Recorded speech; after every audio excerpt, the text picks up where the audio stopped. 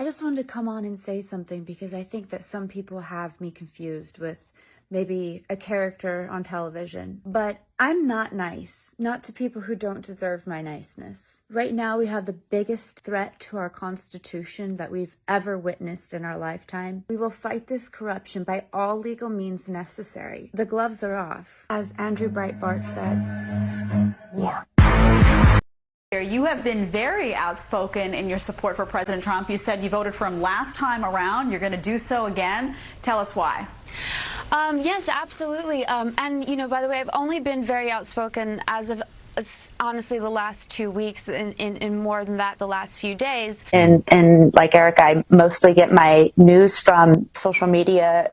And then the other thing is that, you know, they just happen to find the one Confederate flag toting person out there. Like, they didn't happen to find him, they happened to plant him and then happen to take pictures and spread that as if that's actually the whole entire convoy. I want to bring it Samara Armstrong. You know, first it happened in September when I saw our streets on fire with BLM and Antifa burning everything down. I started speaking out in support of conservative values, and, you know, I wanted people to see that it was okay to vote for Trump. I'm an actress, and people do have other values other than the liberal agenda that's being peddled out there in Hollywood. I moved out of Hollywood to Arizona so that my son could go to school in person. And once I got here, I realized that there was still a masking situation going on, even though our state is somewhat, I guess, reddish purple. You come from fairly unique background. I think your father was trained the military in close order combat, but you were born in Japan. Yeah. In Japan, the samurais begin their training at the age of 5.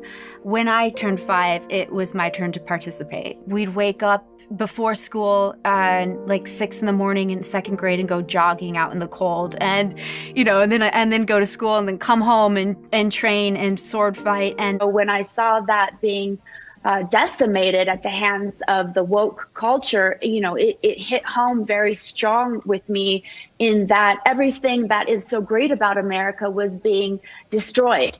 Arizona, where I know as a child or a young person you lived. Tell us about, when you get back to Arizona today, what's the wake up that, hey, it's not what it seems. This has actually got problems that I have to literally go and fight every day. Tell us about that.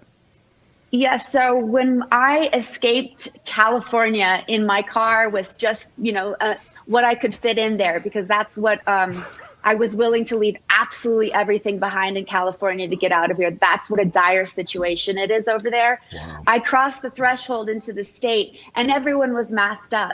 And, you know, that struck me as odd because, well, that's a bit not, it's just not how I expected to see the awakening of Arizona to be. Though, is she's a seasoned weapons and firearms expert. Sabieta Armstrong is here. So great to have you on the program. She portrays herself as a not very intellectual or highly educated, mostly hysterical individual, and needs to be called out. And I take pleasure in pointing out the absurdity of these types of people. I'm excited that they have the opportunity to make asses of themselves, as often as they do. BLM is a terrorist organization. They're Marxists. Mostly get my news from social media. I'm not nice, not to people who don't deserve my niceness.